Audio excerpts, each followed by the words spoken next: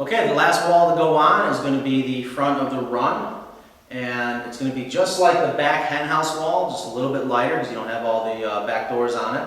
But either way, same exact step. So we're going to go ahead and put this on. Come on in here so you can see a close-up of the process.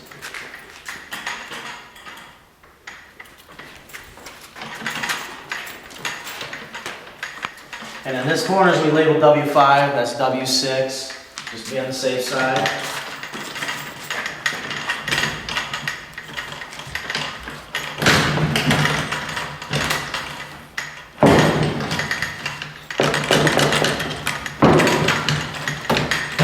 Sit on just like that, and then if for any reason it doesn't line up exactly like that, so it's sitting down, what we can do is just make sure it is sitting down, I should say. Okay, and then once that's in position, start at the top with the zinc screws.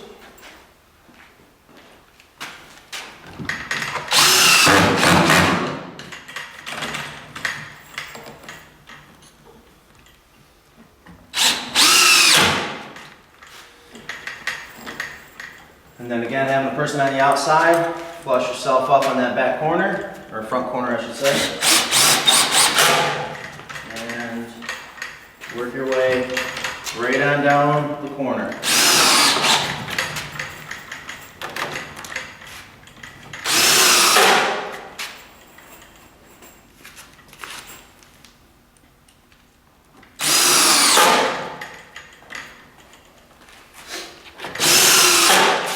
When you get to the bottom, switch to your blue coat.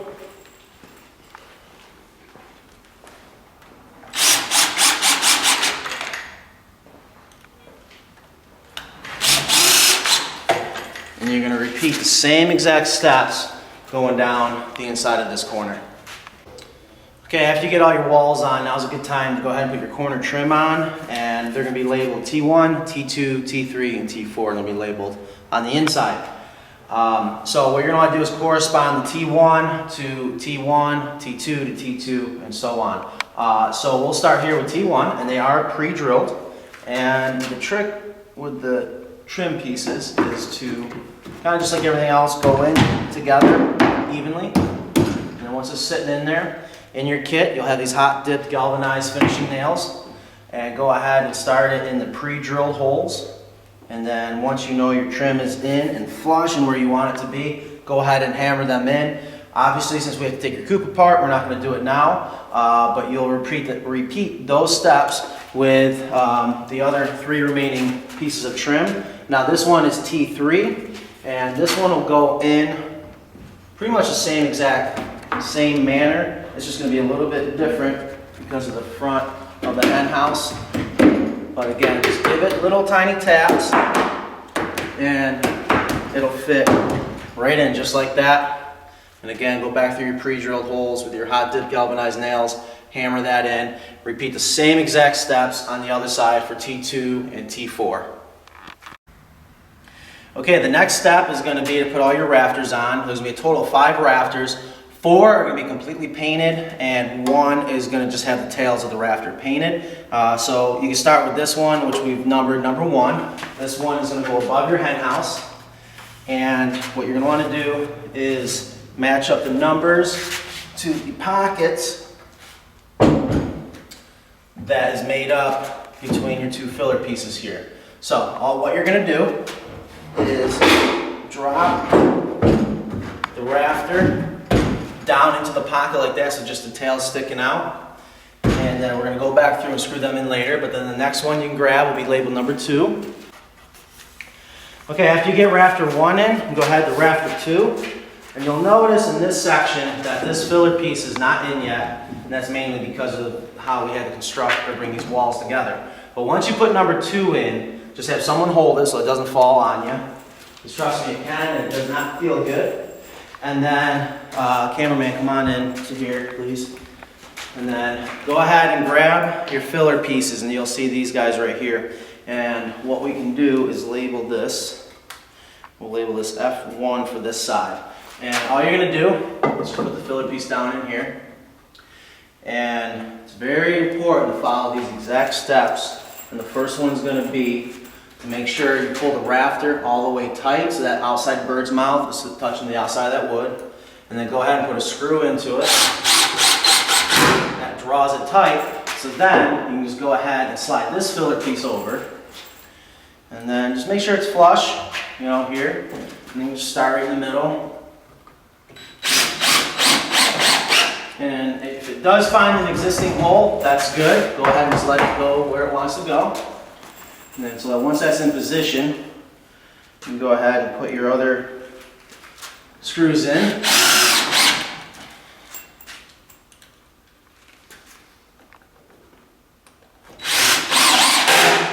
And then repeat the same exact steps for the other filler piece, which we'll call F2. And then just drop that right in. And then when you go to put this in, you want to make sure that we slide this rafter over, or which will also at the same time will push the wall out against that bird's mouth. And what that's going to do is make sure that your walls are 6 foot apart from each other. So once you have it all the way against it, you can go ahead and put this back screw in. Allow that rafter to draw tight. And then same thing as the other piece. Bring that filler piece over. You can start it in the middle. Don't slip. Make sure that's nice and flush. And then put your other 2 screws in.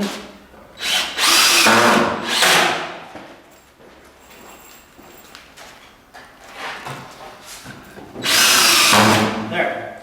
Once that's in, we can go ahead and continue on with the rest of the rafters. So next will be number 3.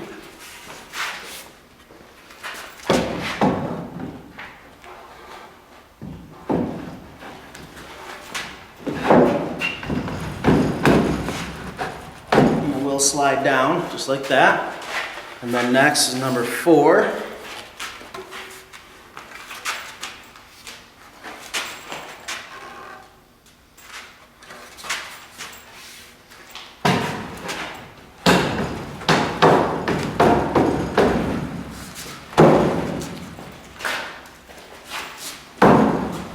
And then the last rafter will be number 5.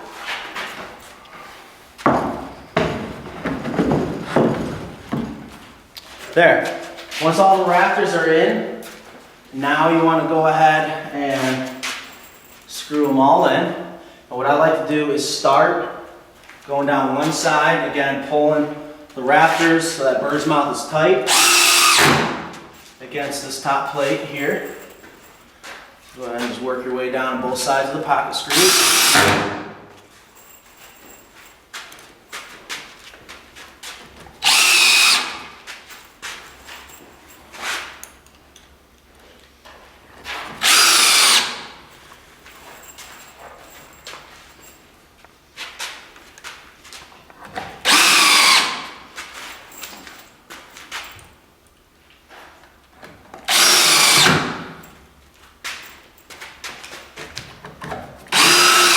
Okay, once you get those in, now's a good time to make sure we don't forget about the rafter above the hen house. We want to screw that in. Again, pull it tight against the wall, screw that in, and then repeat the same exact steps on this side.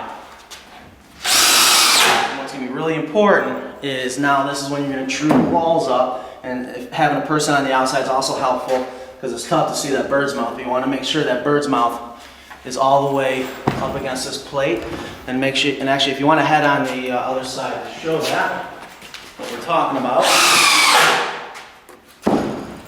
just like that, make sure that bird's mouth is tight, and go ahead and screw the rafters in. Okay, now we're going to go ahead and show you how to put the purlins on the rafters. So you'll have, I guess it'd be a total of 1, 2, 3, 4, 5, 6, so you have a total of 12 rafters. And there's going to be corresponding numbers, and they are all notched to hit the index points where it's also notched on the rafters to make it real nice and easy to drop them all in the right place and also start to lock the roof in. So what you're going to do is you'll see a series of numbers. So in this case, I'm just going to show you an example this is just number 2, and you'll see a number 2. You just want to put those 2 numbers together, and then just drop it down in. And don't force anything. You may have to, move things around a little bit to get the rafters to drop down, but for the most part, or I'm sorry, the purlins rather, they will drop down, especially once you get a couple going. And then once you have all the purlins down, you can go ahead and see if I even remember them. Sure did.